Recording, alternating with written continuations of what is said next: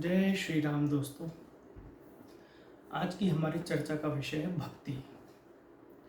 भक्ति कितने प्रकार की होती है, कौन सी भक्ति सर्वश्रेष्ठ होती है, और स्वयं भगवान राम ने इसके बारे में बड़ी विस्तृत चर्चा करी है। तो रामचरितमानस में अरण्य कांड में प्रसंग आता है जब भगवान श्री राम माता सीता की खोज करते हुए माता शबरी के आश्रम पहुंचते हैं, और माता शबरी के जब आश्रम पहुंचते हैं तो भगवान माता शबरी को नवदा भक्ति का उपदेश करते हैं। तो नवदा भक्ति का जब भगवान श्री राम उपदेश करते हैं तो भगवान किस भक्ति के साथ में प्रारंभ करते हैं? प्रथम भगति संतनकर संगा, दूसर रति मम कथा प्रसंगा। तो पहली भक्ति भगवान ने कहा है संतों का संग। प्रश्न ये उठता है कि संतों का संग प्रथम भक्ति क्यों, और दूसर रतिमम कथा प्रसंगा। प्रथम भगति रतिमम कथा प्रसंगा, दूसर कर संतन कर संगा, ऐसा भी हो सकता था। तुलसीदास जी की कलम ने ऐसा क्यों लिखा? तुलसीदास जी विलक्षण महात्मा है, ना काव्य की दृष्टि से, शब्दकोश की दृष्टि से, किसी भी दृष्टि से उनके पास किसी प्रकार की कमी नहीं है। तो प्रथम भगति संतों का संग क्यों? और ये बात भगवान राम स्वयं बोल रहे हैं। तो ऐसा क्या है कि संतों की भक्ति को प्रथम दर्जे पर, प्रथम स्तर पर रखा गया है? इसके पीछे अवश्य कोई कारण होगा अगर भगवान ऐसा कहते हैं। अच्छा, तो अब ये जानने के लिए मैं समझना होगा कि संतों की रहनी कैसी होती है, संत कैसे रहते हैं। संतों के रहने से ऐसा क्या होगा कि उनकी भक्ति प्रथम स्तर पर, बाकी सारी भक्ति, बाकी की 8 भक्ति सेकेंडरी है। मतलब फर्क इस चीज़ से नहीं है कि दोयम दर्जे की नहीं कह सकते, लेकिन संतों की भक्ति को प्रथम स्तर पर रखने के पीछे तो कोई रीज़न है, क्योंकि भगवान अंत में यही बोलते हैं कि 9 भक्तियों में से कोई भी एक भक्ति अगर इंसान कर लेता है तो वह मुझे प्राप्त कर लेता है। लेकिन फिर भी प्रथम भगति संतन कर संग, इसके पीछे का कोई तो लॉजिक होगा। तो उसको समझने के लिए 2 पार्ट में इसे डिवाइड करते हैं। एक तो हम एक एक भक्ति की चर्चा करते चलते हैं, और फिर ये देखते चलते हैं क्या संतों की रहनी का उन भक्तियों के साथ कोई संबंध है। तो हम स्टार्ट करते, प्रथम भगति संतन कर संगा, दूसर रति मम कथा प्रसंगा। तो मेरी कथा और प्रसंगों में अगर तुम्हारी रति हो जाती है तो वो दूसरे प्रकार की भक्ति है, और ये दूसरे प्रकार की भक्ति संतों में स्वाभाविक रूप से होती है। उनका भगवान की कथाओं में, भगवान के प्रसंगों में रति, यानी कि वो उसके बिना रह नहीं सकते, उनके प्रति आकर्षण होता है, और उनमें मन लगा रहता है, उनमें चित्त उनका लगा रहता है, उनमें वो रत रहते हैं। तो रति मतलब उनमें रत रहना, रमे हुए रहना। तो भगवान के चरित्रों में संत स्वाभाविक रूप से रमे रहते हैं। तो अगर प्रथम भगति संतन कर संग, अगर आप भगवान संतों का संग करते हैं तो स्वाभाविक रूप से आपका मन भगवान की कथा और प्रसंगों में रमने लगेगा, क्योंकि संतों का भी रमता है।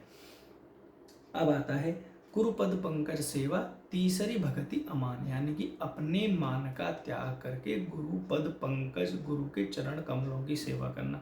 ये भी संतों में स्वाभाविक रूप से गुण देखा गया है, ये भक्ति संतों में स्वाभाविक रूप से देखी गई है।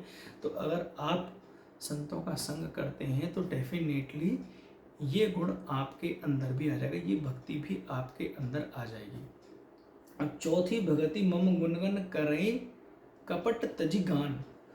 तो कपट को छोड़ करके मेरा गुणगान कर, ऐसा भगवान कहते हैं। ये चौथे प्रकार की भक्ति है। तो संत भी निष्कपट होते हैं, निश्चल होते हैं, और भगवान के गुणों का गान करते रहते हैं। तो संत जब ये करेंगे और आप उनके साथ रहेंगे तो ये भी भक्ति आपके अंदर स्वाभाविक रूप से आ रही। तो संतों के संगों को इसीलिए प्रथम दर्जे पर रखा गया। साथ होने पे देखिए दूसरी भक्ति अंदर आपके अंदर स्वाभाविक रूप से आ गई है। यद्यपि ये अपने आप में इंडिविजुअल भक्ति हैं, लेकिन इन भक्तियों का समूह आपके अंदर समाहित होता जा रहा है। सिर्फ किसकी वजह से? संतों के साथ होने की वजह से, क्योंकि संतों में बाकी की 8 भक्तियां स्वाभाविक रूप से हैं। अगर आप सिर्फ दूसर रतिमम कथा प्रसंग, आप सिर्फ भगवान की कथाओं में रत रहते हैं, प्रसंगों में रत रहते हैं, तो जरूरी नहीं कि आप में बाकी की 8 भक्तियां आ जाए। आ भी सकती हैं, नहीं भी आ सकती हैं, लेकिन संतों का अगर आप साथ करते हैं तो ये निश्चित है कि आप में बाकी की 8 भक्तियां आ जाएंगी। अब हम आ जाते हैं 5वीं भक्ति पे। दृढ़ मंत्र जापमम दृढ़ विश्वासा, पंचम भजन सु वेद प्रकाशा, वेदों ने जिस भक्ति का प्रकाश करा है वो भक्ति है पांचवी, जिसमें आप दृढ़ विश्वास के साथ मेरे मंत्र का जाप कर जो संत करते हैं उनके नित्य क्रियाक्रम का ये हिस्सा होता है। माला जपना, भगवान के अमुक संख्या में नाम लेना और निरंतर नाम जप करते रहना, तो उस मंत्र का जाप करना है। पंचम भगति, आप साथ रहेंगे तो आप में आना पड़ेगा। और मैं बार बार जो बोल रहा हूँ, संतों के साथ रहेंगे, खरबूजे को देख करके खरबूजे का रंग बदलता है। तो अगर आप संतों का साथ करेंगे, अगर हम चोरों के साथ रह करके चोर जैसे बन सकते हैं, बुरे लोगों के साथ बुरे बन सकते हैं, अच्छों के साथ अच्छे रह सकते हैं, संतों के साथ रह करके संत भी बन सकते हैं। तो उनके हिसाब से उनमें अगर ये 5 भक्तियाँ हैं तो आप में भी 5 भक्तियाँ आ गई। अब हम आते हैं छठी भक्ति पे। छठदम शील विरति बहुकर्मा निरत निरंतर सज्जन धर्म। तो बहुत से कार्यों से वैराग्य, इंद्रियों का विग्रह और शील और संत पुरुषों या सत्पुरुषों के साथ धर्म का आचरण और धर्म के कार्यों में लगा रहना, ये है छठी भक्ति। तो संत इसी तरह के होते हैं, धार्मिक कार्यों में, अच्छे कार्यों में लगे रहते हैं, सज्जन पुरुषों का साथ रखते हैं, इंद्रियों का निग्रह करते हैं और शील के साथ रहते हैं। तो समय के साथ जब आप रहेंगे तो आपको भी उनके हिसाब से बनना पड़ जाएगा। तो 6 भक्ति हमने यहाँ कर ली, जिसमें पहला संतों का संग है, बाकी की 5 अलग हैं।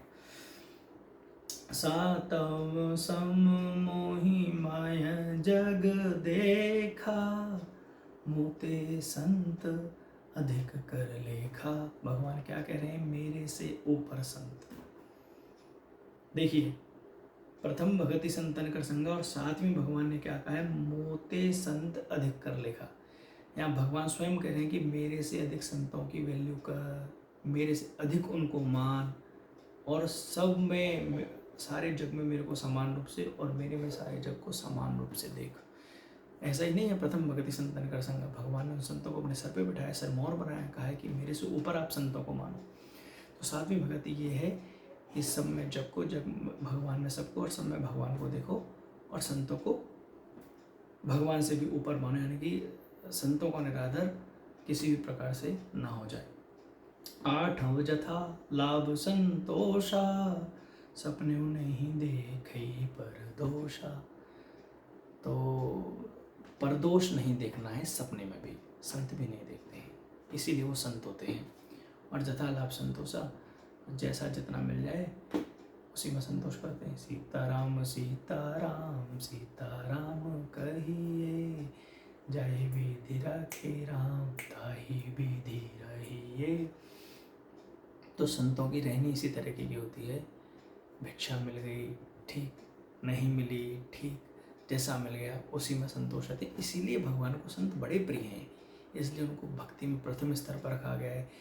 8वीं भक्ति में 7वीं भक्ति में कहा है संतों को मेरे से ऊपर मान, क्योंकि जथा लाभ संतोष, जैसी है हरी इच्छा उसी में संत रहने को तैयार होते हैं।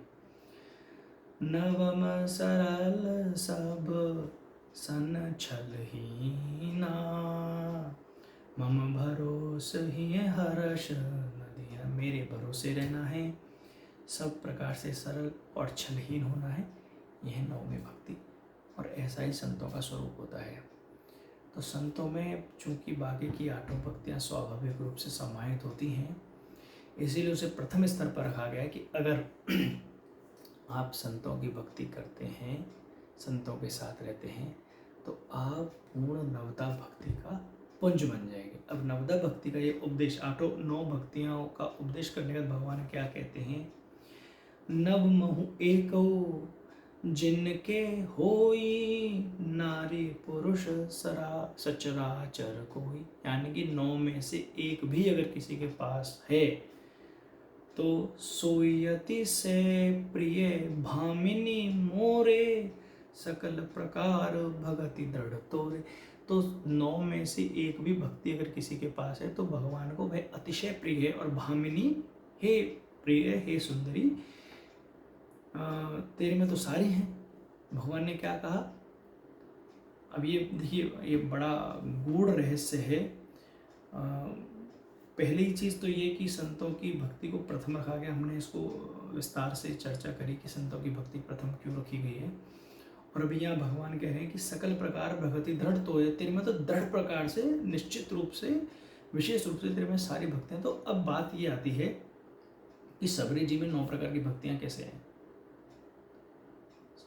तो उसके पीछे फिर वही बात है नवदा भक्ति का, फिर प्रथम सोपान, प्रथम स्तर, प्रथम भगति संतन कर संग।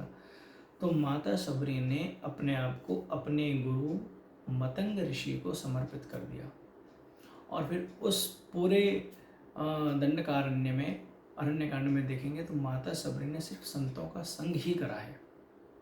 प्रथम संत के रूप में उनके पूज्य गुरुदेव मतंग ऋषि जी, और बाद में उनके जाने के बाद बाकी के जो संत हैं, तो संतों का संग कर करके माता शबरी की ये स्थिति हो गई, जो भील जाति में पैदा हुई हैं।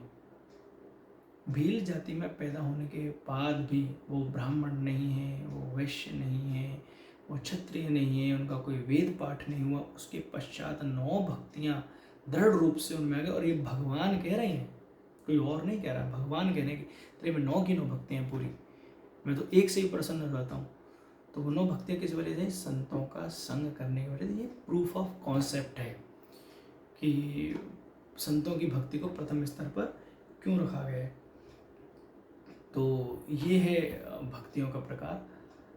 तो संतों का संग बड़ा ज़रूरी है भक्ति की पुष्टि के लिए, भक्ति में प्रगाढ़ता, प्रबलता लाने के लिए, और भगवान से प्रेम के लिए। संतों, देखिए बाकी की भक्तियाँ कर सकते हैं, रतिमम कथा प्रसंगा, लेकिन बाकी की भक्ति अगर संतों का संग ना होना, मुझे मेरा अनुभव ऐसा कहता है कि संतों का संग होने का तो बड़ी सुलभ हो जाती है। संतों का संग व्यक्तिगत रूप से भी हो सकता है और सत्संग के रूप से भी हो सकता है। तो चाहे सत्संग के रूप से हो, चाहे व्यक्तिगत रूप से हो, संतों के संग के बाद बाकी की भक्तियाँ आ भी जाती है, और नहीं भी हैं। किसी एक भी भक्ति में अगर प्रवीणता पाना चाहते हैं, चाहे भगवान की रति में प्रसंग हो, गुरु के चरणों की सेवा हो, सरल रहना हो, सारे जग में भगवान को, भगवान में सारे जग को रहना हो, संतों के संग के बाद ही वो प्रबल और प्रगाढ़ हो पाती है, अन्यथा उनमें भी विस्मय की स्थिति बनी रहती है, और ऐसा कई बार देखा गया है।